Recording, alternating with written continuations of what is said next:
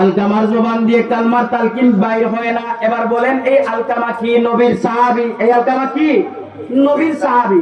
নবীর সাহাবীর জবান দিয়া কালমা বের হয় না, আশ্চর্যের বিষয় না? এবার সাহাবীরা আমার নবীর দরবারে গেলেন, যে বলতেছেন ইয়া রাসূলুল্লাহ, আলকামা সমস্ত কথাবার্তা বলতে পারে। ইয়া রাসূলুল্লাহ, ইয়া হাবিবাল্লাহ, দয়াল নবী, মায়ের নবী গো, আলকামাকে এত চেষ্টা করার পরেও আলকামার জবান দিয়ে কালেমার তালকিন বাইর হয় না। ইয়া রাসূলুল্লাহ, কি করা যায়? আমার নবুয়তের রাসূল বলে দিলেন, আলকামার মা দুনিয়াতে জীবিত আছেনি? বলে হ্যাঁ, আলকামার মা জীবিত আছে, আমাকে নিয়ে যাও আলকামার মায়ের কাছে। আলকামার মায়ের কাছে আমার নবী গেলেন, যে বলতেছেন আলকামার মা, ও আলকামার মা, আমার আলকামা মৃত্যু শয্যায় শায়িত আছে। আমি কখনো দেখি নাই আমার আলকামা নামাজ কাজা করতে। আমার আলকামা হজ করেছে, যাকাত দিত, দান সদকা করত, তাসবিহ তাহলিল করত, আমি নবীকে বড় মহব্বত করত। ও আলকামার মা, তুমি তো আলকামার মা, আলকামার সমস্ত খবর জানো। আমার আলকামা এমন কি কাজ করেছে যে কাজের কারণে আমার আল্লাহ আমার আলকামার উপরে অসন্তুষ্ট? আলকামার জবান দিয়ে কালমার তালকিন বের হয় না। এবার আলকামার মা ডাক দিয়ে কয়, ইয়া রাসূলুল্লাহ, আমার আলকামা ছেলে হিসাবে ভালো, আমার আলকামা আমলগার, আমার আলকামা বুজুর্গ, আমার আলকামার নামাজ পড়তো, আমার আলকামা রোজা রাখতো, আমার আলকামার ইবাদত বন্দেগীর অনেক পার পরিমাণ ইবাদত বন্দেগী ছিল। কিন্তু ইয়া রাসূলুল্লাহ, আমার আলকামা আমি মাকে সন্তুষ্ট করতে পারে না। ইয়া রাসূলুল্লাহ, বেশি বেশি তার বউয়ের কথা শুনতো, তার বউয়ের কথা শুনতো। এমন জামাই, এমন স্বামী, এমন কুসন্তান আমাদের সমাজে আছে না নাই? মায়ের কথা শুনে, মায়ের কথা শুনে না, বাবার কথা শুনে না, বউয়ের কথাকেই বেশি প্রাধান্য দেয়। যে বউয়ের কথাকে বেশি প্রাধান্য দিয়া মা বাবার অবাধ্য হয়, তার মতো কুসন্তান দুনিয়ার জমিনে নাই। আর যে মা বাবার এক পক্ষের কথা শুনে না, বউয়ের মনে কষ্ট দেয়, তার মতো পুরুষ দুনিয়াত নাই রে। ঠিক না? মাকে দিতে হবে মায়ের বোঝ, বাবাকে বাবার বোঝ, বউকে বউয়ের বোঝ, তাহলেই তুমি আসল পুরুষ। আর যদি বউয়ের কথা শুনে না মা বাবার মনে কষ্ট দাও, তাহলে তুমি কুসন্তান। আর মা বাবার কথা শুই না, যদি এক পক্ষের কথা শুই না বউয়ের উপরে অত্যাচার করো, তাহলে তুমি কাপুরুষ। ঠিক কিনা? ইয়া রাসূলুল্লাহ, আমার আলকামা, আমার আলকামা আমার মনের মধ্যে বড় কষ্ট দিত, বউয়ের কথা শুই না আমার সাথে বিয়াদবি করত। ইয়া রাসূলুল্লাহ, সেই দিক থেকে আমি আলকামার উপরে অসন্তুষ্ট। আমার রাসূল বলতেছেন, ও আলকামার মা, তাইলে আলকামাকে maaf করে দাও।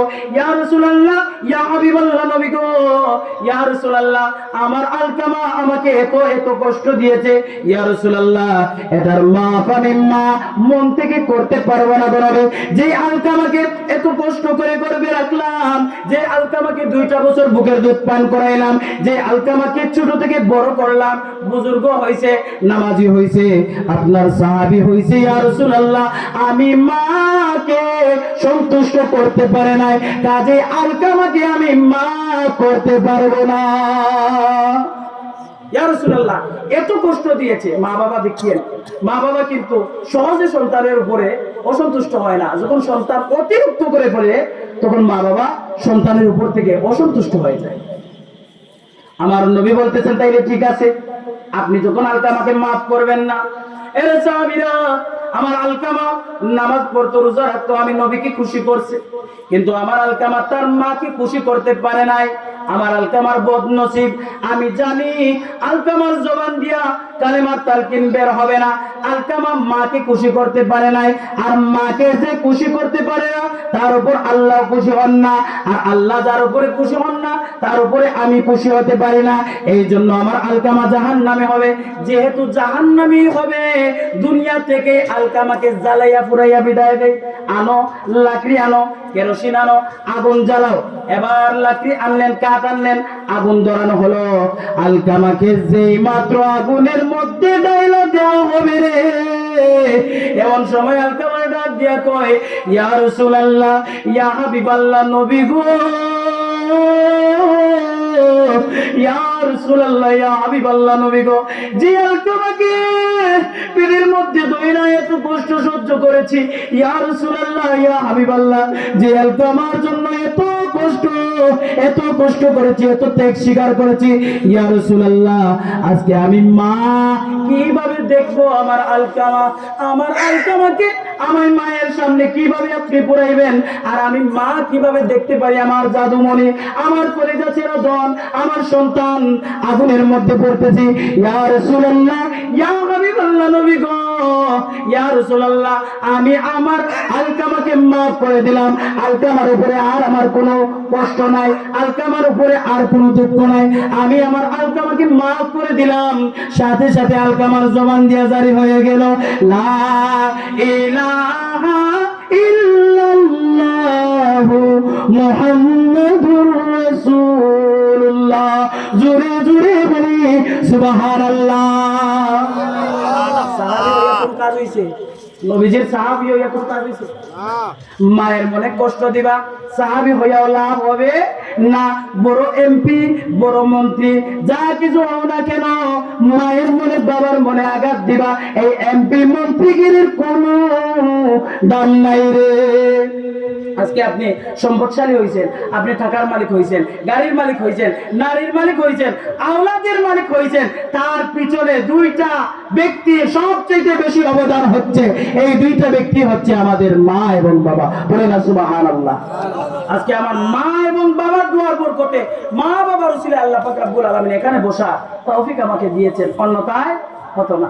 আল্লাহ পাক রব্বুল আলামিন আমাদের প্রত্যেককে মা বাবার খেদমতগার, মা বাবার নেক আওলাদ, নেক সন্তান হিসেবে কবুল করুক। সকলে বলি আমিন।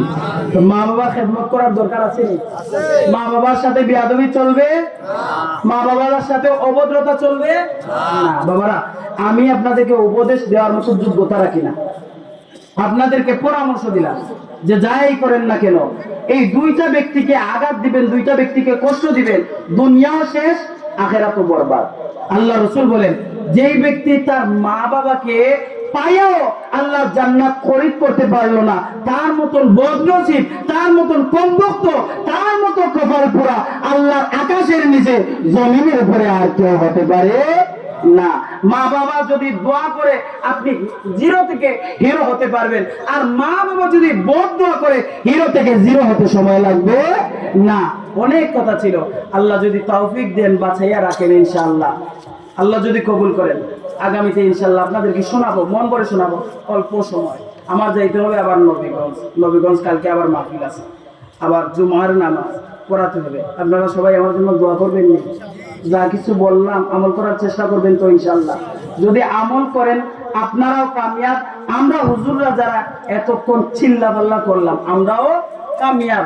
রং ঢং দেখার জন্য আমরা মাহফিলে যাব না, মাহফিলে যাবে একমাত্র আল্লাহ এবং আল্লাহ রসুলকে সন্তুষ্টি করব, আর নিজের ব্যক্তি জীবনকে সংশোধন করব। আল্লাহ পাক রব্বুল আলামিন আমাদের তামামকে কবুল করুন। সকলে বলি আমিন।